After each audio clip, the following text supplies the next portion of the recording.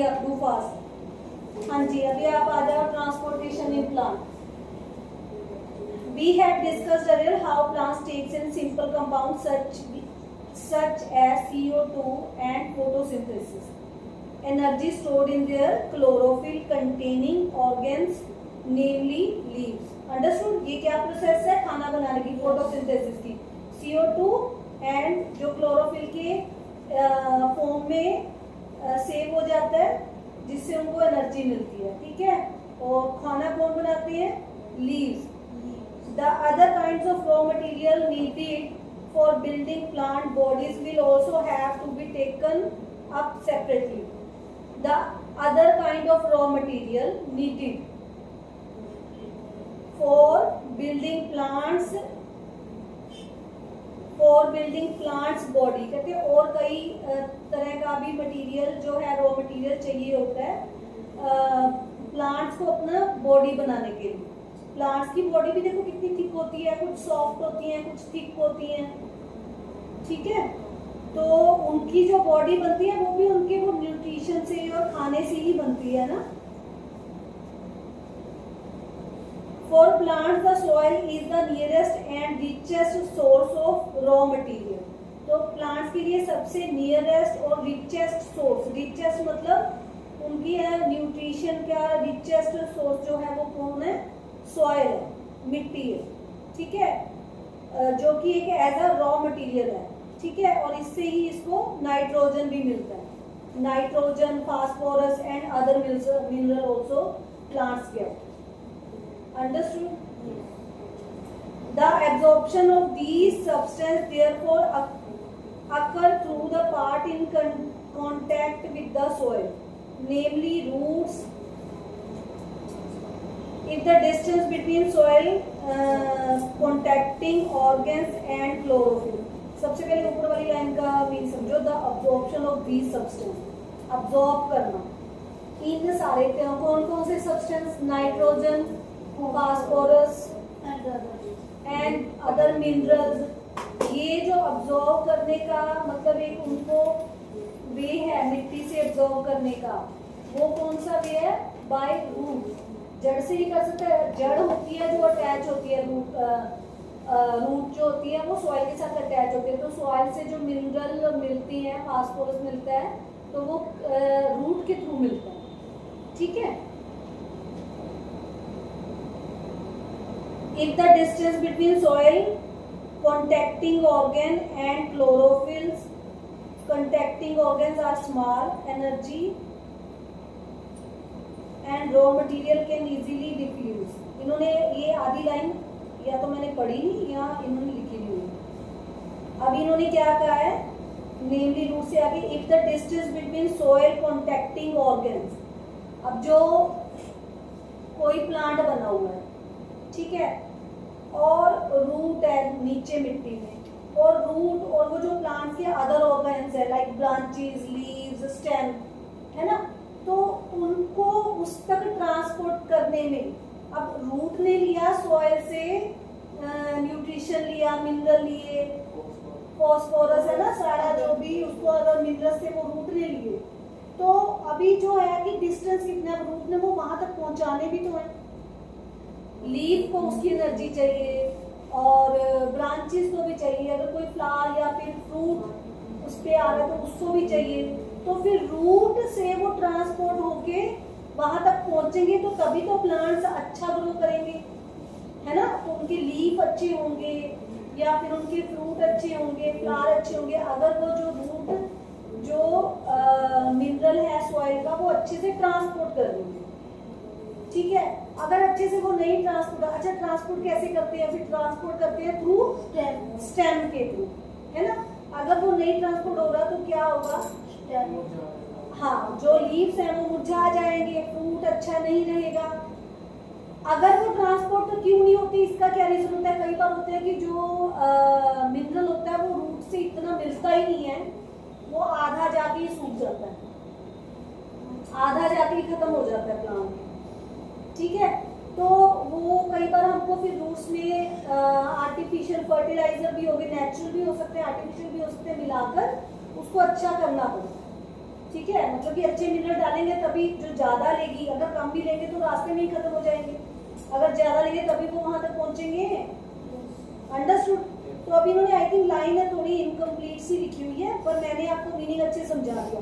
जो छोटे प्लांट्स होते हैं जिनका डिस्टेंस कम होता है वहां पे इजीली थोड़ा ही चाहिए होता है उनको मिनरल वगैरह, तो वो इजीली पूरे प्लांट तक पहुंच जाता है। ठीक है, तो डिस्टेंस देखना कि कितना ज्यादा है किसी और प्लांट्स के ऑर्गन्स का रूट से, तो उस हिसाब से उसको मिनरल चाहिए होता है। If the distance between the soil contacting organs and chlorophyll contacting organs are small, energy and raw materials can easily diffuse to all parts of the plant body, है ना, आगे ना वही बात। But if these distance become large because of changes in plant body design, diffusion process will not be sufficient to provide raw material in leaves and energy in roots. Understood? ये मैं पहले ही समझा चुकी हूँ आपको। A proper system of transportation is therefore essential in such situation. Essential मतलब बहुत important है proper transportation होना ऐसी situation में जहाँ पे जो plants का organ का distance है from the root from the soil, तो proper transportation होनी चाहिए। Energy needs differ between different body designs. Okay? Energy needs differ मतलब अलग अलग तरह की एनर्जी चाहिए होती है अलग अलग टाइप्स की बॉडी डिजाइन्स को प्लांट्स के। ठीक है, plants do not move and plants bodies have a large proportion of dead cells in many tissues. कहते हैं जो प्लांट्स की जो बॉडी होती है वो मूव नहीं कर सकती और large proportion of dead cells in many tissues, ज्यादातर टिश्यूज में डेड सेल्स होते हैं। कैसे, जो आपने जैसे मैंने आपको उस दिन बताया था जो स्टेम का जो ब्राउन ब्राउन हिस्सा होता है ना, जो ऐसे उनको छाल भी बोलते हैं जब उतर जाती है ना छिलका सा, तो वो क्या होता है उसके डेड सेल्स होते हैं। एक तरह से वो भी आप कह सकते हो कि जो प्लांट्स का एक्सक्रीशन होती है। ठीक है, जैसे अभी आप देखोगे नीचे कितना बड़ा मनी प्लांट लगा हुआ है, तो उसमें आप देखोगे कि लीफ तो है ही है, आपने देखा साथ में ना ब्लैक कलर की ऐसी ब्रिक ब्रिक सी स्टेम सी जड़ें सी बन रही होती है, रूट्स ब्राउन कलर निकलती है ना मनी प्लांट के स्टेम में से, जिसको अगर हम मिट्टी में दबा दें तो उसकी रूट्स बन जाती है। तो वो भी उनका एक तरह का वेस्ट सेल्स ही होते हैं, डेड सेल्स होते हैं प्लांट, हर प्लांट में होते हैं डेड सेल्स। ओके,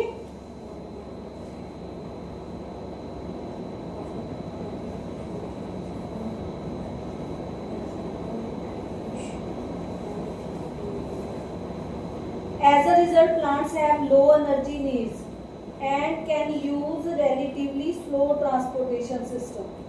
जब मतलब ऐसे उसकी इतने ज़्यादा डेड सेल बढ़ जाते हैं तो इसके कारण क्या होता है कि उसके ट्रांसपोर्टेशन सिस्टम में भी कमी आ जाती है, अच्छे से ट्रांसपोर्ट हो नहीं पाता, तो डेड सेल रिमूव करना भी कई बार ज़रूरी हो जाता है। The distance over which a transport system have to operate however can be very large in a plant such as very tall trees. Plant transportation system will move energy stored from leaves and raw material from roots.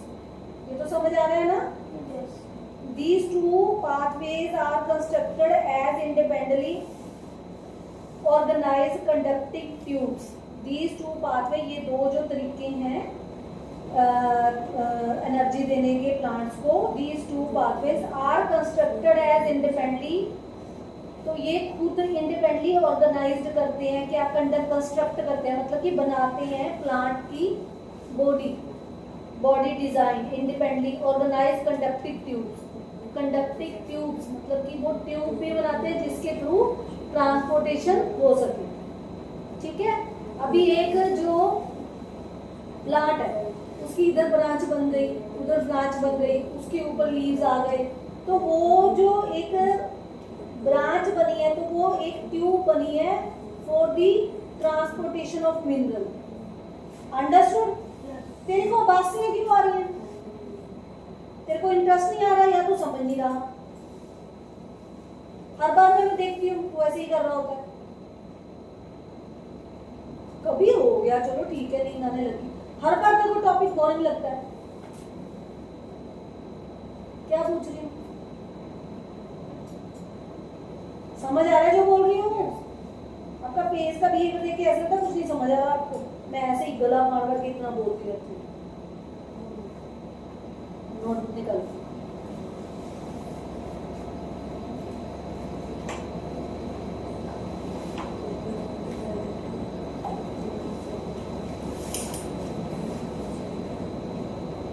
The distance over which transport system have to operate, however, can be very large in plant, such as very tall trees. Plant's transport system will move energy stored from leaves and raw materials from roots. These two pathways are constructed as independently organized conducting tubes. One, the axillum moves water and minerals obtained from the soil.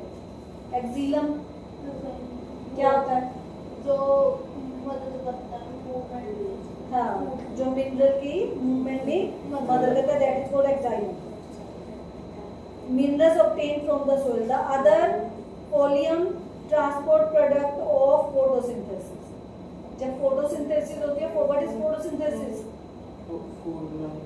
Food process में कौन कौन सी चीजें necessary है for the photosynthesis?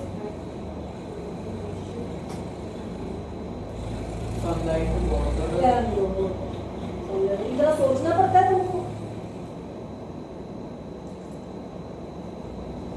From the leaves where they are synthesized to the other parts of the plant. We have studied the structure of these tissue in detail in class 9. ये already 9th में हम chapter कर चुके हैं, इसलिए आपको सारी knowledge थी इसके बारे में, है ना? अभी ट्रांसपोर्ट ऑफ वाटर है। Now you will able to understand, खुद रीड करो, ठीक है? जहाँ नहीं समझ आता पूछ लो मेरे से। नेक्स्ट है transport of food and other substance. Okay, next excursion है। एक्सक्रीशन, एक्सक्रीशन क्या होता है? बताया था ना, बॉडी का वेस्ट, है ना? हाँ, अभी ये ह्यूमन का एक्सक्रीशन सिस्टम बताया हुआ है, ये आप खुद अंडरस्टूड करोगे, पढ़ोगे तो समझ आ जाएगा, ठीक है? ये मैं नहीं समझाने वाली। ये भी आपने अच्छे से पार्ट्स वगैरह इसके लर्न कर लेने हैं, ठीक है?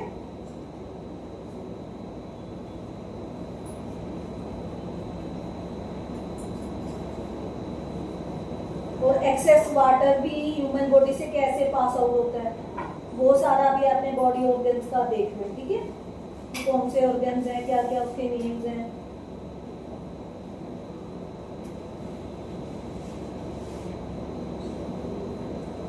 हाँ जी, आप ये पूछे थे ना आर्टिफिशियल किडनी। हाँ, ये टॉपिक फिर मैं आपको बताऊंगी। अभी आप पहले ये प्लांट्स वाला, फूड ट्रांसपोर्ट वाला और वाटर ट्रांसपोर्ट वाला टॉपिक पढ़ लो। Now you will be able to understand. आप नेक्स्ट ये वाला पढ़ो, फिर after that we will think about this. Okay, ये तो फिर कल करना है। I think after that chapter has done. ये भी अच्छे से पढ़ने आपने, what you have learn in this chapter, इनको प्रॉपर लर्न भी करना। अपने भी उसमें से अपना पढ़ो।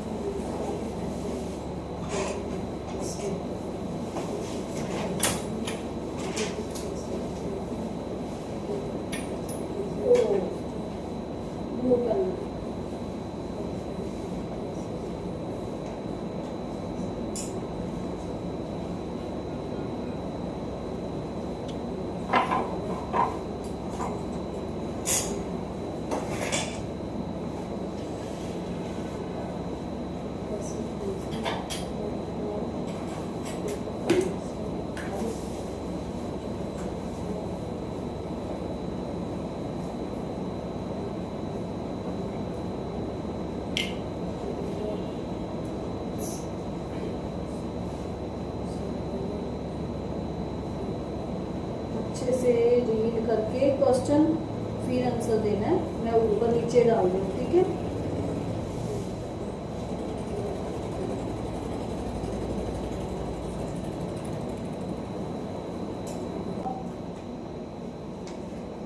सर के पीछे दिखा रहा नहीं करवाई आगे। सेल में एक भी नहीं होता। ह्यूमन सेल में बनाया ना, लाख सेल में। प्लांट सेल में I think plant human cell में भी होता है। ये क्या है? प्लांट सेल बनाए